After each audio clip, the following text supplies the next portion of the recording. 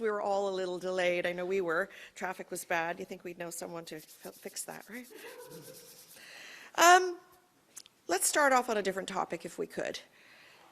Doug Ford has spent this week reminding us of his long-standing support for Donald Trump, the president who wants to annex us, a president who said for years he wants to crush our economy with tariffs and wage a trade war. This week, Doug Ford showed us exactly who he is and that he's not in it for you. Yesterday, we also learned that his staff are accused of literally selling off the Greenbelt, of illegal lobbying while they're being paid by taxpayers. It's outrageous, but it's not surprising. We knew all along that this is who Doug Ford really is. So he's spent the week explaining himself rather than focusing on you. The people of Ontario deserve so much better. I've spent the week thinking about one thing: how I'm going to get you a family doctor. Job one, day one, because we have to get this right. And it starts with a clear focus on 4 measures to get us there. 1, we're going to train, retain, and accredit more doctors. And that means helping more students just entering medical schools choose to stay with family medicine rather than go off to one of those other disciplines. Keeping the family doctors that we do have by ensuring that they have the right compensation. 2, we're going to build out the Ontario Health Team Network so you have access to more care closer to home when you need it. 3, make it easier for doctors and their teams to do their jobs. We've all heard about the administrative burden taking up 50% of their time. Let's get rid of fax machines at long last and implement a centralized referral system and ensure that they have the right staff and the support that they need to offer more evening and weekend care. And 4, make sure no one has to choose between using a walk-in clinic and having a family doctor. So that's it. That's the deal when you vote for me, when you vote for us.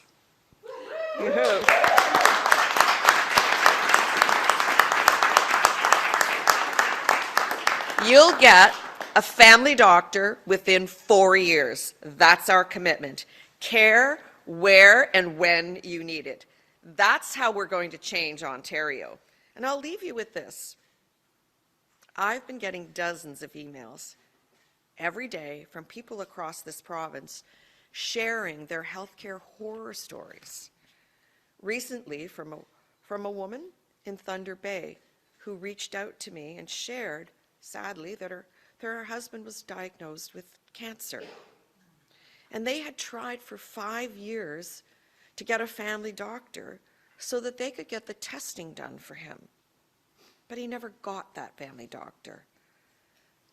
So when he was finally diagnosed, it was too late. And his widow is now left wondering, what if they had gotten that family doctor? Would she still have her husband with her? And that's what the people of Ontario are facing. This is life or death now. And it's about time that we changed that. Thank you, everyone.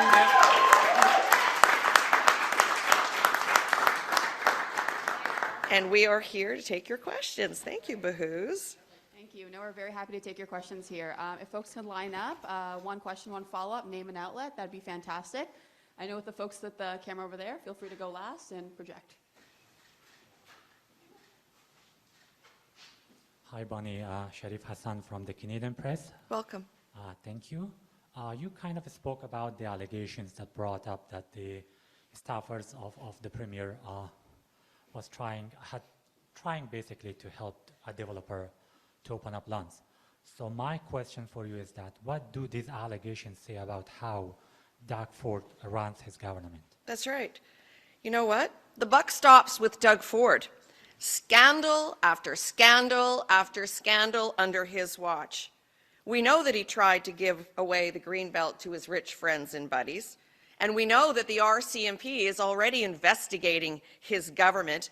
And we know, frankly, that's why we're in an early election that's costing us $189 million, because he's trying to run away from an RCMP investigation and cling to power a little longer. So it's tone at the top, my friend. We set the tone as CEOs of companies. We have a level of integrity that we impose on everyone. The buck stops with Doug Ford. He's responsible for the behavior of his team and his staff. A follow-up question is, Bonnie, that when was the exact moment that you knew for sure that there's going to be an election in Ontario? Oh, the same moment you did. I'm asking these questions because I have seen in the past couple of days that opposition parties, including yours, are making announcements without sharing with the people how much those announcements would cost. So I wonder if Ford's announcements caught you so much by surprise that you have not developed your platform yet. Yeah, so certainly we have been unveiling measures, particularly our healthcare pledge. This is something that we have been working on for some time. I have always said that we're going to deliver 3 things, always said that. But of course, we had to put the meat behind the platform. It was a snap election call. He was musing about election calls. We didn't know when the timing would be. And let's remind everyone that the timing of the election was to be June 2026, because of course he has a majority government. And he can govern and pass any legislation he wants until June of 2026. So yes, while we were unveiling our ideas, our platform, yes, it's been a little bit abrupt to get it all costed. So let's just recap that Doug Ford said he'd end hallway medicine. He didn't get it done. He said he'd cut your taxes. He didn't get it done. He said he'd build 1.5 million homes. He didn't get it done. And we will. And that's what formed the basis of our platform, delivering a family doctor to you within 4 years, cutting your taxes, small business taxes, family taxes, taking the HST off your home heating and your hydro, and having a plan to make life affordable, but also to build affordable homes. So this has been we knew that this would be the substance of our platform, but you're quite right. Now we have to cost it. It was an abrupt snap election call. It was an opportunistic call. He's trying to cling to power, and he sees what was happening in the US as an opportunity to do that. How much money is being wasted on this election? Well, we know the election is costing $189 million to start with that could have been invested in your healthcare system.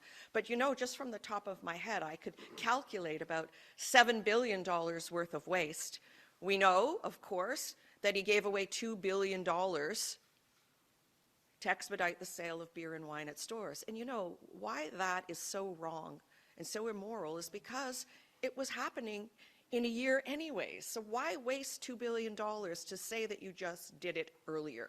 $2 billion to a foreign company, because it's always about the CEOs of his rich friends down in the United States, the CEOs of those big box companies, and now we see a foreign company from Europe gain $2 billion, according to the government watchdog, Thermospa, Ontario Place, and then $3 billion in pre-election checks. $3 billion. So that's $7 billion. Our plan to get you a family doctor within 4 years costs $3 billion, the same as the pre-election checks. Good morning. Morning. Snay Dougal from the Trillium. I wanted to ask you about your campaign bus, Yes. which says on the side that 11,000 people died while waiting for surgery last year. A union that was using the same figure told us that they're going to stop using it because it's wrong. According to data from Ontario Health, it's far less, around 1,600 people in 2023. And a lot of those patients were waiting for non-life-saving surgeries, so cataract removals, knee surgeries, Where did that 11,000 number on your bus come from, and do you stand by the messaging on it? Yeah, so here's what I know. 2.5 million people don't have access to a family doctor, and that number is going to grow because another 3 million are at risk of losing their family doctor. We know that Doug Ford said he'd end hallway medicine, and we also know that 2,000 people each and every day, are treated in a hallway, in an auditorium, in a doorway. You know, he flippantly said one day, if you wanted to get an MRI or a CAT scan, you should go to a veterinary office. How offensive is that our doctors aren't equipped, our hospitals aren't equipped with the right machines to provide care and analysis and testing for Ontarians, and he says you should go to a veterinary clinic. So we stand by our statistics. If there will be any change, we will get back to you. But our statistics hold. I don't know if Dr. Shamji, I know you work closely with the OMA. Do you have any insight as to whether they use different numbers than we do? Do you want to? The statistic about close to just about 11,000 people dying on surgical and diagnostic imaging wait tests in 2023 has been widely reported, and we're happy to get back to you with the citation on that. But my honest personal experience, and from what I've heard from colleagues, is if anything, that's the tip of the iceberg. There are far more. I completely agree. There are far more people who are suffering in other ways. You know, the number of people who've died on wait lists is a shadow of the number of people who've suffered irreparable harm, who are struggling at home, who are unable to make ends meet, who are unable to pursue gainful employment because their basic fundamental healthcare needs, guaranteed under the Canada Health Act, have not been met. Thank you.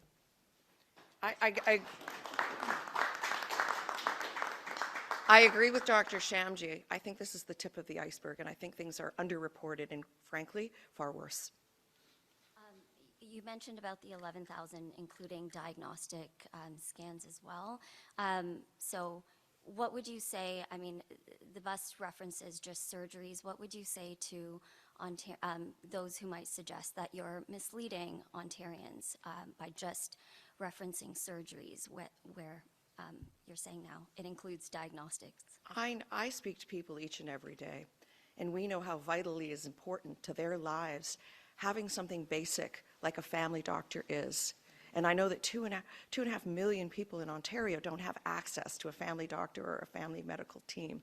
And that's our goal, to ensure the basics, to ensure we get it right, to ensure the fundamentals are met for people, to help them make their lives affordable again, to cut their taxes, and to help them afford a home once more.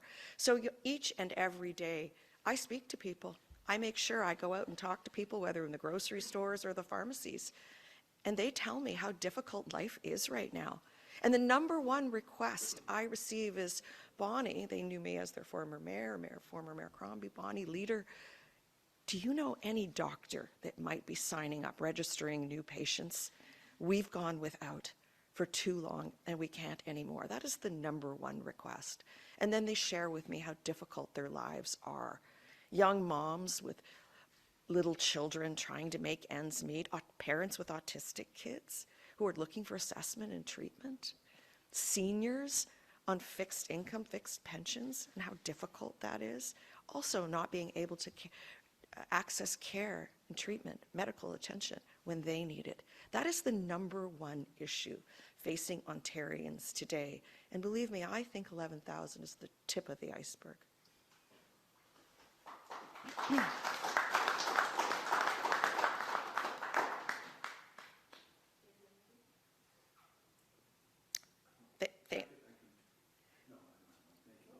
Thank you for joining us today. We're always happy to take your questions.